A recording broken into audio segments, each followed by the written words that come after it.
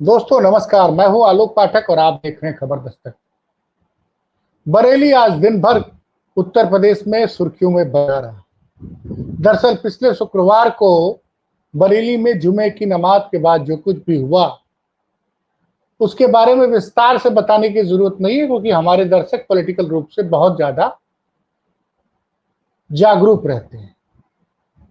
घटना के 8 दिन बाद समाजवादी पार्टी का एक प्रतिनिधिमंडल आज जाने वाला था, 14 सदस्य, जिसमें 5 सांसद थे और उत्तर प्रदेश विधानसभा में नेता विपक्षी दल माता प्रसाद पांडे को भी जाना था और प्रशासन ने पहले ही मना कर दिया था और जैसी उम्मीद थी वैसा ही हुआ। माता प्रसाद पांडे को हाउस अरेस्ट कर दिया गया। इकरा हसन वगैरह आना चाह रही थी, उनको रोक दिया गया और ये सब चल रहा था। लेकिन समाजवादी पार्टी के जो सांसद है ना भाई साहब, उनको पता है कि पुलिस प्रशासन को कैसे डॉज देना है। डॉज देना समझ रहे हैं आप? मतलब पूरा पुलिस प्रशासन मुस्तैद था, सुबह से बड़ा निश्चिंत था कि हमने तो माता प्रसाद पांडे को घर से निकलने नहीं दिया है। हरिंदर मलिक और 3 सांसद उनके साथ दिल्ली से आ रहे थे, उनको गाजियाबाद बॉर्डर पर रोक दिया, इकरा हसन को रोक दिया और संभल के सांसद को भी रोक दिया। लेकिन साहब, पुलिस वाले ये भूल गए थे कि बरेली के बगल की एक सीट है आंवला, जहां से इस बार समाजवादी पार्टी के युवा सांसद नीरज मौर्य चुनाव जीते थे। अब नीरज मौर्य जी सारी योगी जी की पुलिस की जो दिन भर ब्रांडिंग चल रही थी उसको धत्ता बताते हुए 3, साढ़े 3, 4 बजे के करीब बरेली पहुंच गए और सर्किट हाउस जैसे ही पुलिस को सूचना मिली, पुलिस ने सर्किट हाउस में उनको रोक लिया। लेकिन साहब, जो नीरज मौर्य को काम करना था वो कर दिया, वो पहुंच गए बरेली। अखिलेश यादव का एक दूत योगी सरकार की, कहते थे ना कि पूरा जो सुरक्षा चक्र था कि उन्होंने रोक रखा था कि विपक्ष का एक आदमी भी नहीं आएगा। अच्छा, यहां मैं दर्शकों को बता दूं, उत्तर प्रदेश सरकार के कई मंत्री कह रहे हैं कि बरेली में सामान्य हालात सामान्य है। अरे हालात सामान्य है तो देश उत्तर प्रदेश का प्रमुख विपक्षी दल अगर अपना एक प्रतिनिधिमंडल भेज रहा है तो आप उसको रोक क्यों रहे हैं?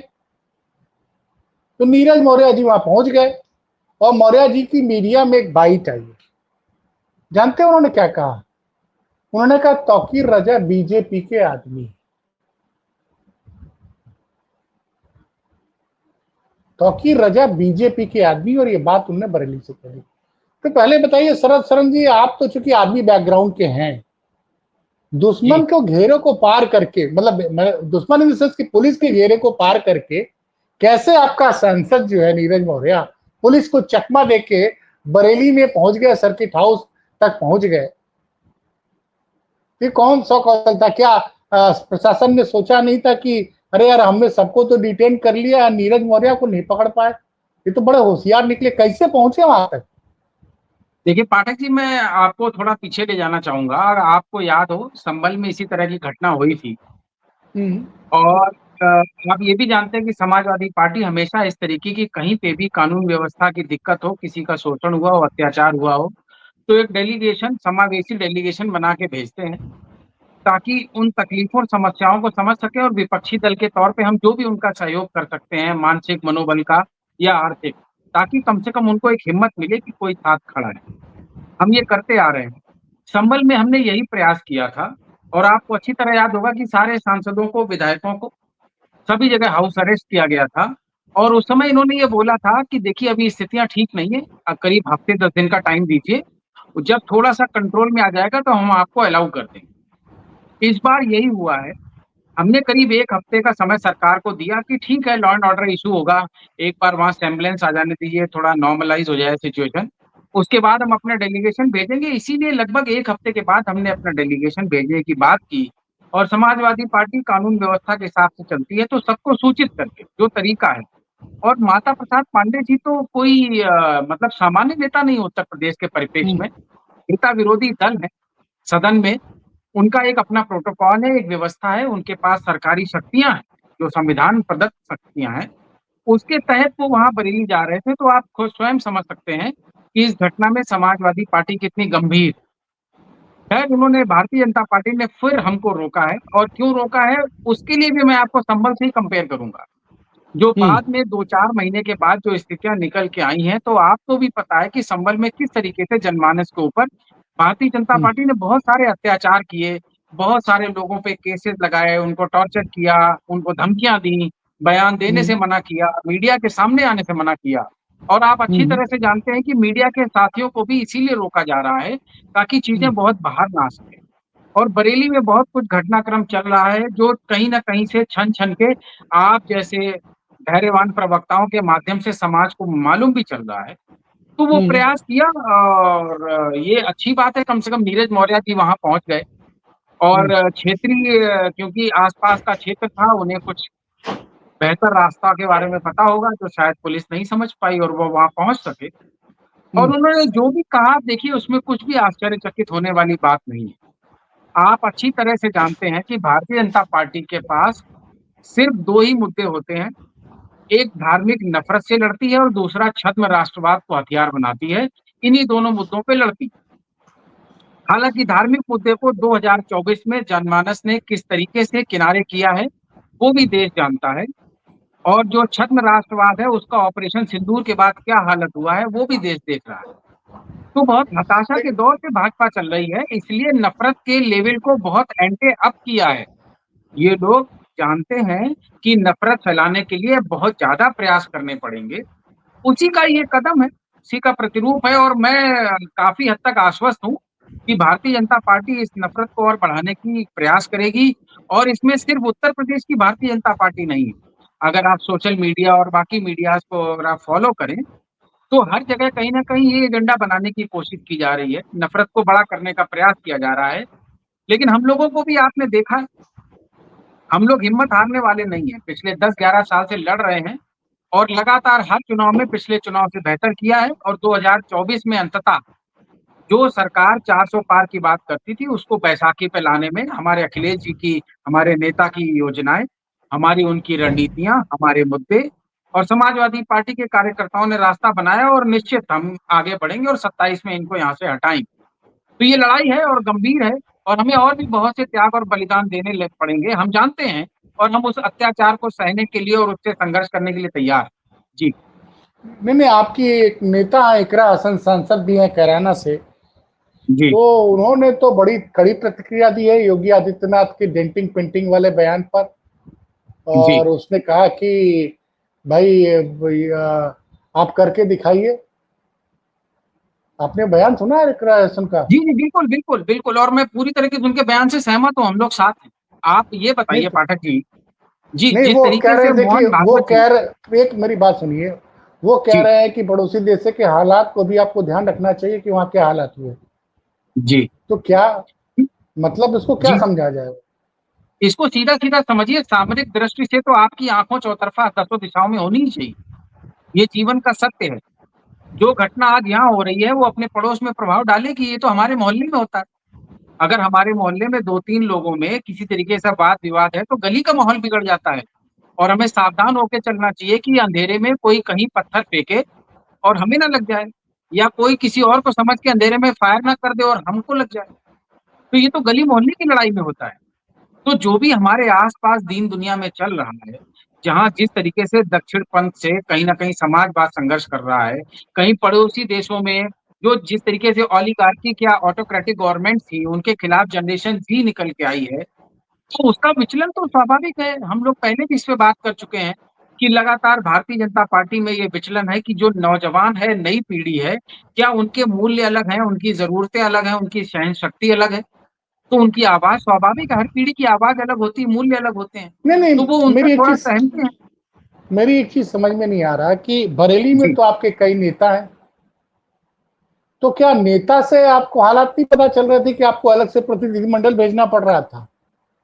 ऐसा थोड़ी नहीं कि बरेली देखिए में कोई कर्फ्यू, सुनिए, बरेली में कोई कर्फ्यू तो लगा नहीं है।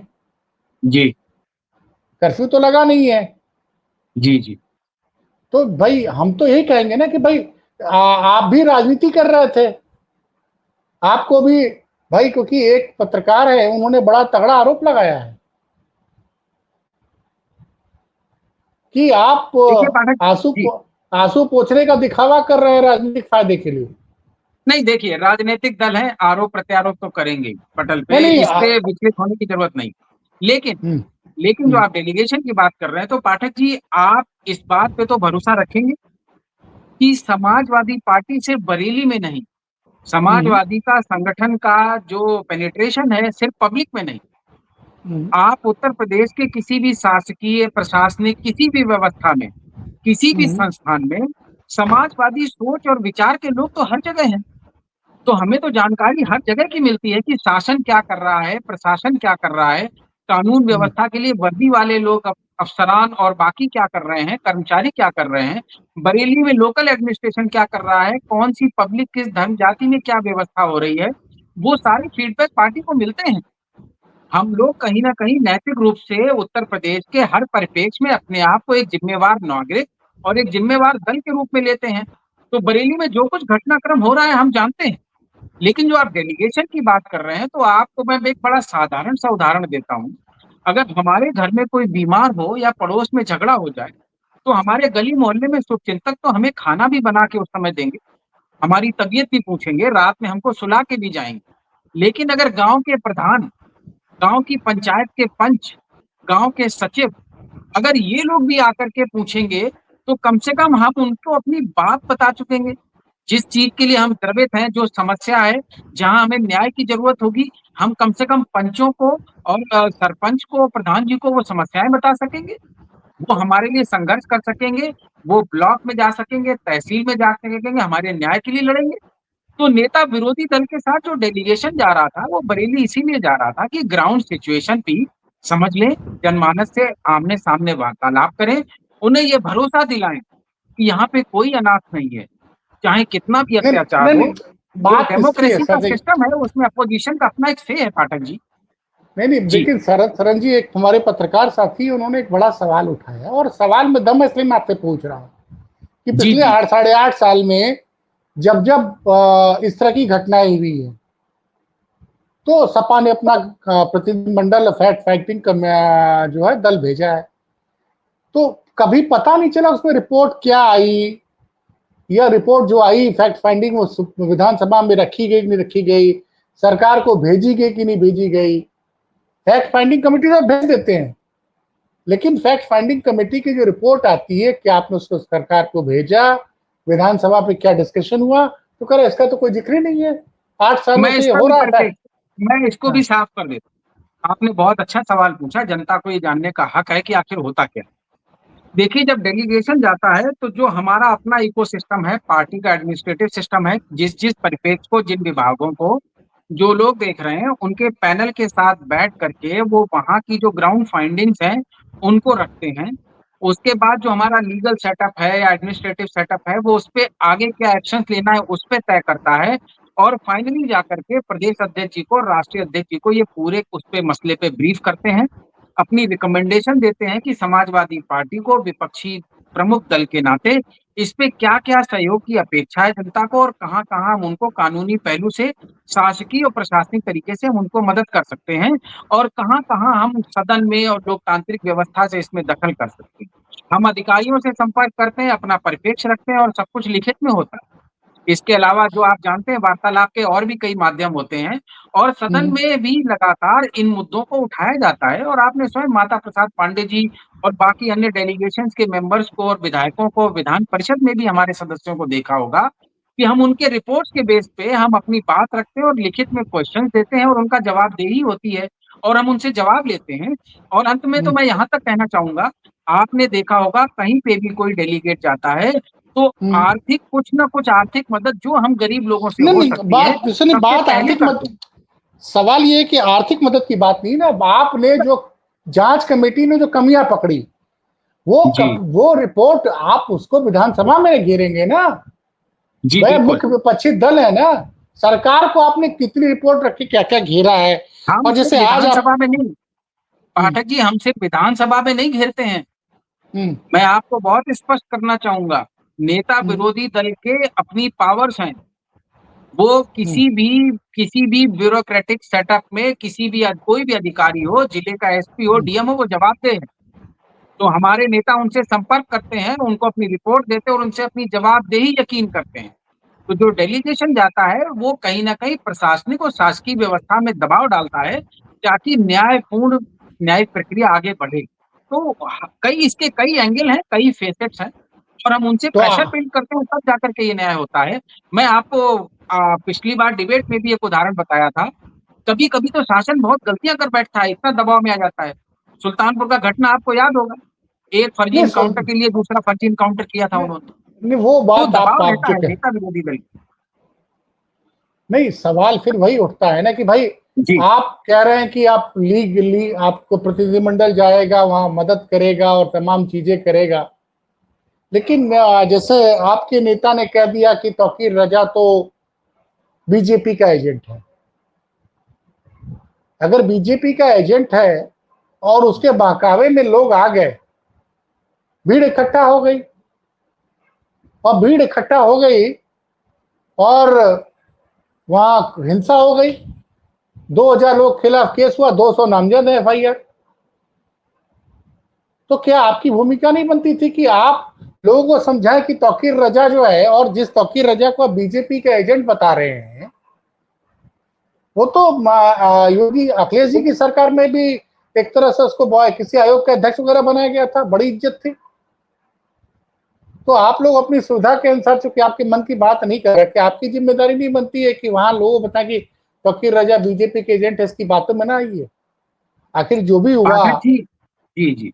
देखिए पाठक जी ऐसा है, भारतीय जनता पार्टी का जो इकोसिस्टम है, जिसमें ये संघ को अपना माता-पिता संगठन बोलते हैं, पितृ संगठन बोलते हैं। इनके इकोसिस्टम में लगभग मेरे ख्याल से 77-78 आउटफिट्स हैं। और ये जिस तरीके से घेराबंदी करते हैं, जिस तरीके से नफ़रत की राजनीति करते हैं, जनमानस में एक ऑर्गेनाइज़्ड पैटर्न के हिसाब से जो करते हैं, वो कम से कम आप हमसे बहुत वरिष्ठ हैं और आप पत्रकारिता में एक गहरी नहीं पैठ नहीं, रखते बात आए हैं, बात आप जानते पत्रकारिता हैं की कि वो बात ही है। कैसे करते हैं। नहीं नहीं, आपको आपकी भी तो जिम्मेदारी बनती है कि आप मैं समाज उसी को पे आ रहा हूँ, समझा पाठक सक, जी, मैं कि उसी पे आ रहा आपकी हूँ, भी तो जिम्मे मैं उसी पे आ रहा हूँ। हम कि लोग समाज जो हमारा समाज के युवा हमारा जो है, खासकर होता क्या है सर, इस तरह की जी, घटनाओं में युवा ही आते हैं। तो जी, जी। युवा ऐसे लोगों के बहकावे में ना, ये जिम्मेदारी तो आपकी भी बनती है ना। ठीक मैं है, मैं मैं सरकार ने वही गलती की, प्रशासन ने गलती की। मैं उसी पे आ रहा था पाठक। देखिए ऐसा है, हर दल का जनता के साथ जुड़ाव का अपना-अपना तरीका है, एक लहज़ा होता है। समाजवादियों का जनरली हम लोग चौपाल के साथ चारपाई पे मंजी डाल के, कहीं दरी बिछा के और डोर टू डोर, मोहल्ला टू मोहल्ला कॉन्टैक्ट प्रोग्राम चलाते हैं और ये अनवरत चलते हैं। और आप भी जानते हैं कि पिछली फरवरी से हमारी पीडीए जन चौपाल लगातार 8-10 महीने से चल रही है। तो जो हमारा अपना इसके अलावा संगठनात्मक ढांचा है, जिसमें सेक्टर प्रभारी और गाँव में बूथ प्रभारी तक होते हैं, हर मोहल्ले तक होते हैं। हम अपनी ट्रेनिंग चलाते हैं और पैटर्न जो आप बता रहे हैं कि जो नफ़रत का इकोसिस्टम है, जो हेट्रेड की पॉलिटी का इनका मॉडल है बीजेपी का, हम अपने कार्यकर्ताओं के माध्यम से ही जन जागरण चलाते हैं, आम जनता को जागृत करते हैं। नहीं तो आप क्या अरे समझते हैं कि जो बरेली में स्थितियाँ हैं, उसको जिस तरीके से नॉर्मलाइज़ किया गया है, क्या सिर्फ लाठी और गोलियों से और बंदूकों से ही काबू किया गया है?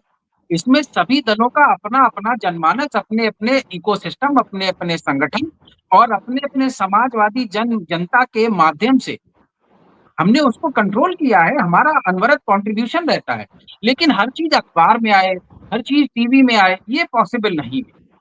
लेकिन जो लगातार बरेली में हमारा अपना इकोसिस्टम है, उसके माध्यम से जनता को लगातार सिर्फ बरेली में नहीं, हम पूरे उत्तर प्रदेश में जनता को जागृत करते आ रहे हैं और उनसे कहते आ रहे हैं कि कहीं जाति के नाम पे, कहीं धर्म के नाम पे नफ़रत करके एक-दूसरे को लड़ाने की लगातार भारतीय जनता पार्टी का इकोसिस्टम प्रयास करेगा। उनसे बहुत सावधान रहना है और इतना ही नहीं, अगर थोड़ा बहुत भी कहीं कुछ संपर्क मिलता है, तो अपने वरिष्ठों से संपर्क करें और उसको सामंजस्य से निपटाने की कोशिश करें। ये लेकिन पाठक देश जी एक सत्य तो अंतरिक्ष आप में भी नहीं है। मानेंगे, लेकिन पाठक जी एक बात तो आप भी मानेंगे ना, सरकार और सत्ता लोकतांत्रिक व्यवस्था में स्वयं में एक बहुत बड़ी ताकत होती है। अगर आप उसके दुरुपयोग पे उतर आएँ, तो आपके पास जो साधन-संसाधन होते हैं, वो कहीं न कहीं बहुत दुरूह राह बना सकते हैं। संभल में हमने देखिए यही सर, देखा, नहीं नहीं, मैं आपको बहराइच में थोड़ा हमने रोक यही देखा नहीं और नहीं, अब मैं हम आपको बरेली में थोड़ा यही सा देख रहे हैं। मैं जी, थोड़ा सा रोकूंगा। इकरा हसन के बयान पर लोग सवाल पूछ रहे हैं ट्विटर पे। जी, एक जी। सज्जन लिख रहे हैं, इकरा हसन की सीएम योगी आदित्यनाथ को चुनौती, योगी जी करके दिखाएं डेंटिंग पेंटिंग, जो हाल पड़ोसी देशों का है वो हाल भारत का भी हो सकता है। आखिर विपक्ष के नेता बार बार भारत को पड़ोसी देशों जैसा बनाने की धमकी क्यों देते हैं? कोई नेपाल बनाने की धमकी देता है तो कभी श्रीलंका बांग्लादेश बनाने की धमकी। अगर आपके नेता के भाषण को लोग इस तरह से इंटरप्रेट करेंगे तो कहीं न कहीं ये माना जाएगा कि जो लोग सरकार से नाराज हैं उनकी उनकी नाराजगी और बढ़ाना चाहते हैं। नहीं पाठक जी, बिल्कुल नहीं। मैं आपको बहुत क्लैरिटी के साथ अपनी पार्टी का पॉइंट दे देता हूँ। देखिए, जो आपके दर्शक साथी हैं, उनके सवाल का पूरा सम्मान है, नहीं, लेकिन दर्शक जैसे ही नहीं है। कोई धमकी ये शब्द ये इस्तेमाल ये करता है। एक्स पे ट्वीट किया गया है। सवाल जी, इसका है जी, कि जी, जी। बड़ा से, बड़ा सेंसिटिव इशू है। राहुल गांधी भी समस्या क्या है कि सत्ता पक्ष विपक्ष तो अपनी राजनीति कर लेता है साहब, जी, जी। फंसता कौन है? मैं उस पे ही आ रहा हूँ। पाठक जी मैं आपको देखिए बता ऐसा रहा है। हूँ, आज मेरी दिल्ली के एक मुस्लिम पत्रकार से बात हो रही थी। जी, तो उसने क्या कहा, उसकी एक टिप्पणी थी कि उसने कहा पढ़ा लिखा पत्रकार है, युवा है, क्या भाई साहब तौकीर रजा जैसे लोग जो होते हैं वो हर सरकार में सिर्फ फायदा उठाते हैं और इनके बाकाम में युवा आ जाते हैं। क्या मान लीजिए मुझे भी शुक्रवार को नमाज पढ़ने में चला गया, मैं तो जी। नमाज पढ़ना, शुक्रवार को मेरा नमाज पढ़ना काम है, मैं चला गया, वहां कुछ बॉल हो गया, फंस गया मैं, केस तो मेरे ऊपर हो गया। जैसे याद करिए, मैं इसलिए इस चीज का जिक्र कर रहा हूं कि जब वाराणसी में एक घटना हुई थी 2022 के चुनाव में, ईवीएम की रक्षा करने का मतलब वो जी, हुआ जी। था, ईवीएम लेके जा रही थी गाड़ियां, अखिलेश जी ने प्रेस कॉन्फ्रेंस की और उसमें भी तमाम लोग, बाद में सरकार ने तमाम केस कर दिया, लोग जेल चले गए थे। तो उसमें तो मान लीजिए आपकी पार्टी ने मुकदमा लड़ा और लोगों की मदद वगैरह भी की। तो ये जो बात है कि तौकीर रजा ठीक है, लेकिन आपके नेता भी अगर इस तरह का बयान देंगे, अगर योगी जी कह रहे हैं कि हम डेंटिंग पेंटिंग कर देंगे, तो इकरा हसन को नेपाल का जिक्र करना क्या जरूरी था क्या? पाठक जी थोड़ा-सा समय दीजिएगा, मैं बहुत हाँ तफ़सील से बिल्कुल। आपकी बात का जवाब दूँगा। सबसे पहले आपने बनारस को उदाहरण दिया तो मैं आपको कुछ बताना चाहूँगा। ना उस मामले में तो 2022 में आपकी पार्टी ने लोगों की मदद की थी, वो तो मुझे बस 30 ईवीएम सेकंड मुझे उस पे बस 30 ईवीएम। सेकंड दे दीजिए। मुझे उस पे 30 सेकंड दे दीजिए, मैं आपको यहाँ से उसको कनेक्ट कर दूँगा। 2022 में 7वें चरण और आखिरी चरण में बनारस की सीटें चुनाव में थी और जो एक गाड़ी शंकर जा रही थी भगवान का ईवीएम जो मशीन। शंकर भगवान का जो मुख्य जो मंदिर है, जिस विधानसभा सीट में लगता है, आप जानते हैं वहाँ की परिस्थिति। आखिरी 4 दिन अमित शाह जी उस क्षेत्र में खुद घूम रहे थे और हम लोग डोर टू डोर चल रहे थे। 2 बार हम लोग एक-दूसरे का रास्ता क्रॉस किए, उनका गाड़ी क्रॉस हुआ, हम पैदल क्रॉस किए।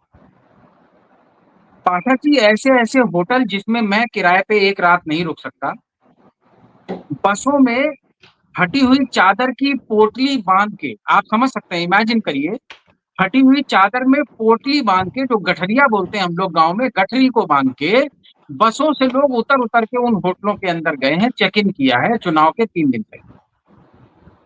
मैं बस इसको यहीं छोड़ देता हूँ और इससे कनेक्ट कर देता हूँ। भारतीय जनता पार्टी को कभी हल्के में मत लीजिए। इनका जो इकोसिस्टम है, जो साधन-संसाधन का दुरुपयोग करने में इनकी महारत। अब इस पे आ जाते हैं कि जो नेपाल और बांग्लादेश के परिप्रेक्ष्य में किसी साथी ने लिखा है धमकी, कोई भी दक्षिणपंथी विचारधारा का व्यक्ति होगा, उसको माननीय सांसद इकरा हसन जी की बात में धमकी नज़र आएगी और जो देश हित का बात करेगा, जो समाजवादी विचारधारा का होगा, उसको इसमें सलाह नज़र आएगी कि एक संवैधानिक पद पे एक युवा महिला, युवाओं की जो बात समझती है, वो भारत के हित में भारतीय सरकार को चेता रही है, सलाह दे रही है कि नौजवानों की आवाज़ को समझिए, दबाने से दबने वाली आवाज़ नहीं है। इसको दबाने के प्रयास में कहीं कुछ ऐसा ना हो जाए जो विस्फोट हो स्वयं में, हम लोगों की संवैधानिक पद पे और युवा होने के नाते ये जिम्मेवारी है कि हम सरकार को सहयोग करें, उस चीज को एडवांस में रीड करके कंट्रोल करने में। और अगर 30 सेकंड और दे तो मैं उसका उदाहरण भी दे देता हूँ। सोनम वांगचुक 370 हटाने के मामले के बाद से भारतीय जनता पार्टी के गुड बॉय थे, क्यूट बॉय थे, हीरो बॉय थे। लेकिन जैसे ही उनकी डिमांड ये आई कि हमारी संपदा का दुरुपयोग हम पूंजीवाद को नहीं करने देंगे, 24 घंटे लगे उनको देश का गद्दार और देशद्रोह साबित करने में। अभी 1 साल तो उनकी जमानत की बात भी प्रावधान के हिसाब से कोर्ट में नहीं आ पाई। ये है भारतीय जनता पार्टी की ताकत। और जितनी ये दुरुपयोग करते हैं उसकी भी इंतहा का यही उदाहरण है। इसलिए हम लोग बहुत चिंतित हैं कि कहीं ऐसा ना हो कि सरकार ये दम्भी सोच के साथ चले और जो कान में रुई डाल के अपनी सोच के हिसाब से एक ओलिगार्की की तरफ चलना शुरू कर दी है, तो कहीं जनमानस का और देश का नुकसान ना हो जाए। तो हम सलाह देने का प्रयास कर रहे हैं, जो कि हमारी नैतिक जिम्मेवारी भी है। हम उसी को निभाने का प्रयास कर रहे हैं। जी। चलिए सर, तो उम्मीद है कि बरेली का माहौल शांत होगा और प्रदेश का माहौल शांत होगा, हम सबकी क्योंकि दुआएं योगी हैं और हम सबका क्योंकि प्रयास है योगी हमें शांत क्योंकि रखना है। योगी जी भी चाहते हैं कि 1 ट्रिलियन इकोनॉमी उत्तर प्रदेश की हो। वो तभी होगा जब प्रदेश में कानून व्यवस्था बढ़िया होगी। और आप भी सकारात्मक विपक्ष की भूमिका निभाते रहें। फिर किसी विषय पे आपसे चर्चा करने के लिए आपको जोड़ेंगे। और आज जो आपने समय दिया उसके लिए बहुत बहुत धन्यवाद। बहुत बहुत धन्यवाद पाठक जी, बहुत बहुत धन्यवाद।